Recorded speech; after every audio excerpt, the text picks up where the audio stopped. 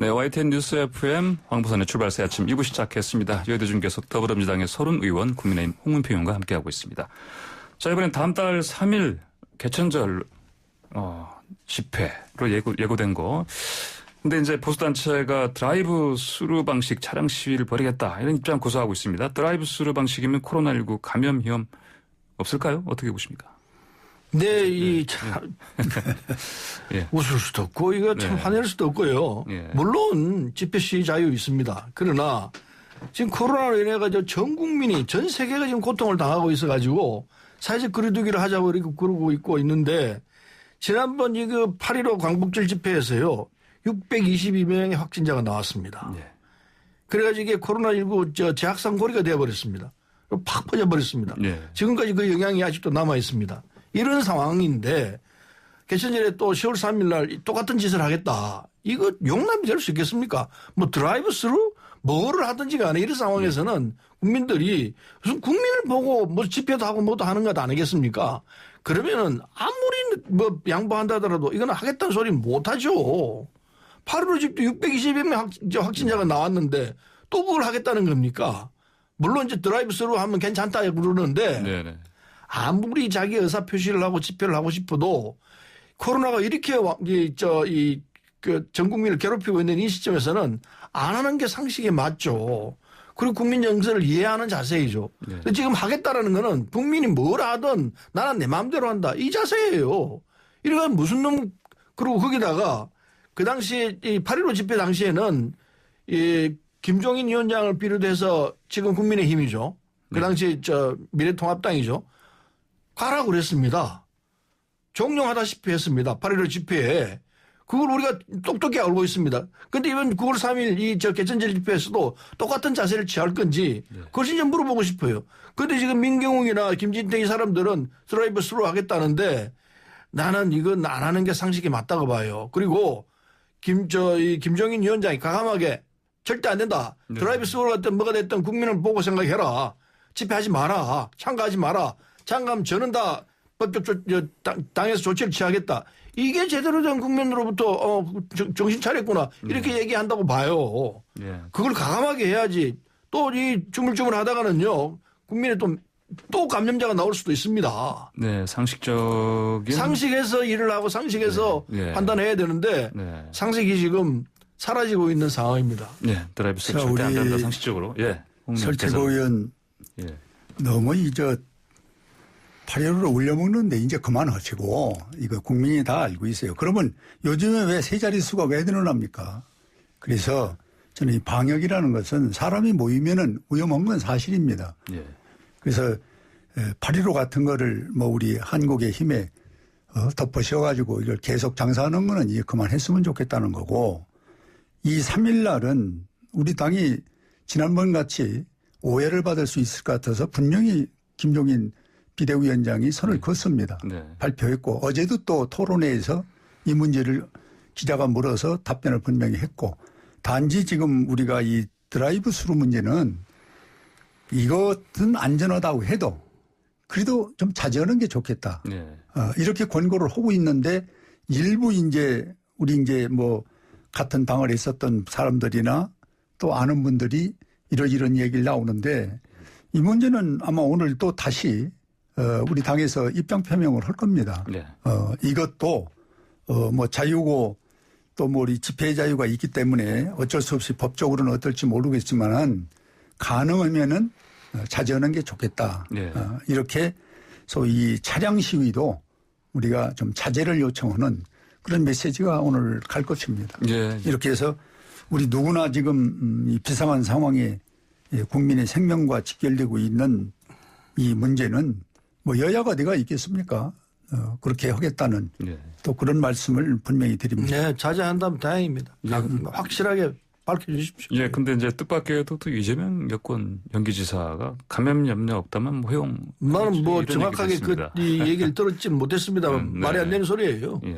그 감염 위기 없다 하더라도 이 시점에서 국민들로부터 이렇게 시위를 하라고 한다는 거는 있을 수 없는 이야기죠. 감염 위험 여부 떠나서 이건 이제 이재명 시상식적인 몇백 대가 모이면 감염 시위다. 그 차 안에서만 있는 게 아니고 튀어나올 수도 있고 얼마든지 예. 감염 위험이 생깁니다. 이재명 지사는 이제 법적 근거에서 예. 문제가 없으니 좀 이 소위 방역에 대해서 각별한 신경을 쓰고 차량으로는 가능하지 않냐. 네. 근데 좀 아는 분한테 이렇게 좀 물어봤어요. 취지를. 그랬더니 그런 정도 이야기를 예. 하니까 예. 이거는 또 근본적인 집회 자유를 전부 묵살할 수는 없는 것이고 네네. 한다 하면은 조심해야 되고 그렇지 않으면 자제해서 앉는 게 좋겠고 그렇게 단 순서를 잡아가는 게 좋겠다고 봅니다. 네, 알겠습니다. 자, 다음 주제 넘어갈게요. 여야 그 양쪽에서 의원 한 분씩 이제 탈당했습니다. 먼저 박덕흠 의원 같은 경우는 피감기관으로부터 관급 공사를 특혜 수주했다 이런 의혹에 휩싸였는데, 근데 이 관련해서 사실은 또 뭐 이게 이제 물론 이를 비난하는 쪽에서는 이해충돌 행위다. 그런데 이제 또 일각에서는 이게 물타기다 이런 식으로 또 맞받아치고 있습니다. 어떻게 보십니까? 그렇게 물타기라고 주장하는 건 정말 이해가 안 돼요. 명백히 이해충돌 행위입니다. 그 박덕흠 의원이 국토위원을 예. 6번인가?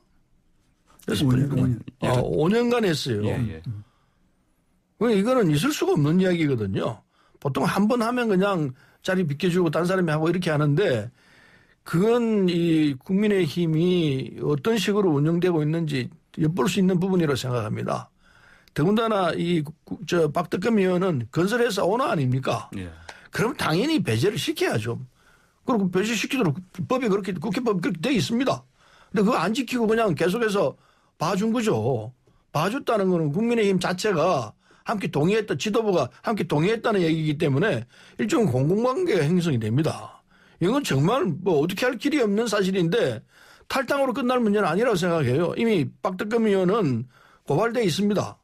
여러 가지 고발돼 있는데, 물론 이제 이 양반이 한 내용들을 보면 나하고 상관없다. 예. 회사들이 한 거다 한데 오는데요. 5개인가 건설회사를 가지고 있어요. 5개 다 자기가 지분을 가지고 있고 자기가 사실상 주인이죠. 네. 그래서 이 관급공사가 국토부 통해 가지고 한 관급공사가 한 25건 정도 됐는데 네네. 그게 거의 대부분 제한 입찰입니다. 제한 입찰은 몇 개에서만 도로도 해가지고 사전에 이렇게 준비가 되죠. 예. 그러면 그건 뭐 입찰 따기가 뭐 보통 쉬운 게 아니죠. 그런 식으로 해서 이 매출을 올리고 그게 뭐 전체 매출의 한 73%는 차지해요. 예.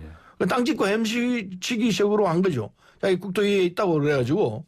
그래서 이것은 정말 비난받아야 되고 비난 정도로 끝나는 문제가 아니고 예. 법적 이 책임을 묻지 않을 수가 없어요. 예. 이건 아마 이원직하고 관련되는 정도의 이건 처벌이 있을 수밖에 없는 사실이 아닐까 이렇게 보고 있습니다. 예, 참고로 박덕흠 의원 같은 경우 국토위에서 19대에서 20대 전반기 간사, 후반기 간사하셨고, 그 다음에 21대 또 전반기 했습니다. 근데 이번에 또 이제 이런 의혹 가운데 이번에 그 탈당하면서 환노위 쪽으로 좀 옮겨갔거든요. 근데 또 환노위 쪽에서 또 어떤 이런. 환노위도 비슷해요. 예. 저는 이 문제는. 이런 의혹이 나오고 있습니다. 이 문제는 뭐 갑론을박이 있을 수 있는데. 네.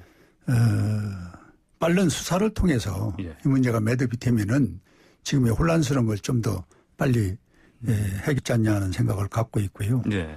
직접 통화를 제가 해봤습니다. 이 박덕흠 의원하고. 통화를 해보셨다고요, 박 의원과. 예. 공천을 받아서 당에서 자기가 신세를 졌는데 네. 이 문제로 자기로 인해서 불명예스럽다면은 자기가 탈당을 하겠다. 예.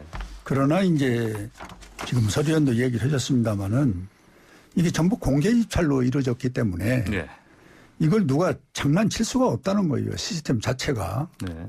그걸 이제 오해를 하기 시작을 해서 꼬리를 물면은 아무리 좋은 법도 사실 법의 효력이 없다고 봐야죠. 그래서 지금까지는 공개 입찰이었고 또 공개 입찰에 된 것은 지금 변호사를 통해서 이제 서류를 준비를 한다고 그래서 그러면 뭐 잘 하시오 했는데 문제는 지금 얘기한 대로 5년 동안 상임위원회 한 곳에 국토위원회 있었다는 부분은 오해를 받을 수 있습니다. 이 부분은. 그러니까 이런 부분은 이제 수사를 통해서 저는 명명백백히 알려주는 것이 국회의원들이 다시 또 이런 일이 없겠군이 할 수 있는 길이라 생각을 하고 있고요. 아까 이제 이해충돌 부분에 이제 뭐 박 의원을 비롯해서 많은 여당의 의원들도 이 문제에 이제 걸려 있는데 제가 실례를 들면은 이러면 안 됩니다. 예. 농림부의 모 장관이 지금 농해수에서 일을 하고 있다면은 이번에 이 이해 충돌은 첫째 개인에게 이익이 있고 사회에 이익이 있고 공공단체에 이익이 있을 때 문제가 발생하는 거 아닙니까? 그럼 거기에 적용을 한다면은 이런 문제 또 문체부 장관이 또 자기 그 소속위원회에 가 있다든지 예. 또 국민연금공단 이사장이 또 그런 부서에서 일을 했다든지 이제 이런 것들이 지금 이 정부의 참 뭐 한두 건이 아닌데 이런 것도 이해충돌 부분에 이제 해당되는 부분이고 분명히 문제가 있는데 저는 이번에 여야가 이런 부분까지 들여다보는 법을 좀 개정해서 네네. 이제는 자기가 개인이 뭐 가고 싶어도 제도 때문에 못 가는 그런 장치를 할 수밖에 없다. 네네. 그렇지 않으면 지금 뭐 정부나 공공기관 장관 또 기아의 사람들이 더 먼저 이해충돌에 지금 개입돼서 행동을 하고 있는 것은 네. 제재할 방법이 없어요. 국회의원들은 이제 이렇게 할 수가 있겠지만은 그래서 저는 여야가 이 부분에 대해서는 이해충돌 부분에 접근 자체를 못하게 이 제도적인 어떤 개선이 지금 필요하다 이렇게 봅니다. 예. 근데 그 부서에 장관을 했다고 그래가지고 그 의원이 가지 말아라는 이야기는 이 경우하고 확연히 다르죠. 지금 박특검 의원의 경우에는 사익 추구예요. 자기 재산을 불리기 위해서 지금 들어가서 이 국토위에서 활동했던 거고 문화부 장관 하다가 문체위원회에 가 있다라는 거는 그 사익 추구하고 전혀 다른 거죠. 공공기관의 이익을 위해서 어쨌든 여기 그건 법이 이해충돌 연루된 게 부분은 많아요. 따져볼 문제이고 네네. 지금 박특검 의원이 주식 백지 신탁을 했으니까 아무 잘못이 없다 그러는데 그것도 순 엉터리예요. 백지 신탁을 했으면은 그건 그 위원회에 가 있어서는 안 됩니다. 지금 처분을 안 했어요. 처분이 완료될 때까지 지금 국회법에 보면요. 공직자윤리법 14조 1항에 이해충돌 직무에 관한 금지에 따라 가지고 백지 신탁한 주식이 처분이 완료될 때까지 해당 회사와 관련 있는 직무에 관여해서는 안 된다. 이렇게 돼 있습니다. 그래서 백지 신탁을 했으면은 이게 처분이 돼야 되는데 처분을 안 하고 그냥 국토에 그냥 있었어요. 수사에서 이제 나올 문제고 중요한 문제는 국민이 보는 잣대는 선수가 심판을 보는 격이 돼버린 오늘의 이 이해충돌 문제. 네네. 이거는 이번에 여야가 이미 발생이 돼서 이런 상황까지 왔으니까 법으로 제도를 좀 만들어서 개선하는 방법이 지금 우리에겐 당장 필요하다. 그리고 수사는 진행되는 거니까 그건 그렇게 해서 결과가 나올 것이고. 네네. 이래서 이거는 뭐 여당이 야당을 뭐 힐라리 비판을 하고 또 야당이 여당을 비판하고 이런 정도는 생산이 아닙니다. 이거는 떠넘기기식이지. 그래서 저는 새로운 제도를 만들어서 이런 일이 다시 발생하지 않겠거니 우리 스스로가 국회에서 만드는 것이 급선무다. 이렇게 말씀을 드립니다. 네네. 뭐 이제 이 박특검 의원 사례는 이제 뭐 빨리 수사를 해서 규명하는 것도 좋지만은 말씀하신 대로 어떤 문제 여지가 있는 부분들은 이번에 어떤 개선을 해야 된다 이런 말씀하셨습니다. 네네. 자, 그리고 간단하게요. 지금 뭐 이상직 의원도 그렇고 박특검 의원도 그렇고 여러 의원들이 지금 다 탈당했습니다. 근데 의원직은 유지됩니다. 이에 대해서 뭐 의원직 유지하려는 뭐 꼼수 아니냐 이런 식으로 보는 또 시선도 있긴 합니다. 뭐 간단하게 두 분. 예. 근데 의원직 유지는 네. 아직까지 유죄가 되지 않았기 때문에 네네. 법원으로부터 유죄 확정이 되면은 의원직이 박탈되는 거지만은 예. 본인이 사퇴하지 않는 한 의원직은 유지되는 거거든요. 예. 본인들은 입으로 난 억울하다 그러고 있으니 그건 참 어떻게 할 방법이 현재로서는 국회로서는 없습니다. 네. 결국은 기소를 해서 이 재판을 통해 가지고 형 확정을 시키는 수밖에 없는데 시간이 좀 걸린다고 봐야죠. 부분은. 홍 의원께서 어떻게 보십니까? 마찬가지입니다. 이 부분은 아까 제가 제안 드린 대로 새로운 제도를 만들어서 다시 재발하지 않는 것을 만드는 게 지금 제일 필요하고 네. 지금 이것이 이제 뭐 어떤 형사적인 처벌이고 뭐고는 이제 진행되는 걸 보면서 네. 우리가 지켜볼 일이다. 그러나 우선 급한 거는 그 수사를 우리가 기다리기만 하지 말고 네. 당장이라도 여야가 이 법안을 만들어서 다시는 이 이해충돌에 접근하지 못하는 그런 아주 법을 좀 만드는 것이 지금 우리 국회의원들이 해야 할 일 아닌가 이렇게 생각을 합니다. 네, 알겠습니다. 오늘 말씀 잘 들었습니다. 감사합니다. 네, 맞습니다. 네, 지금까지 더불어민주당의 설훈 의원, 국민의힘의 홍문표 의원이었습니다.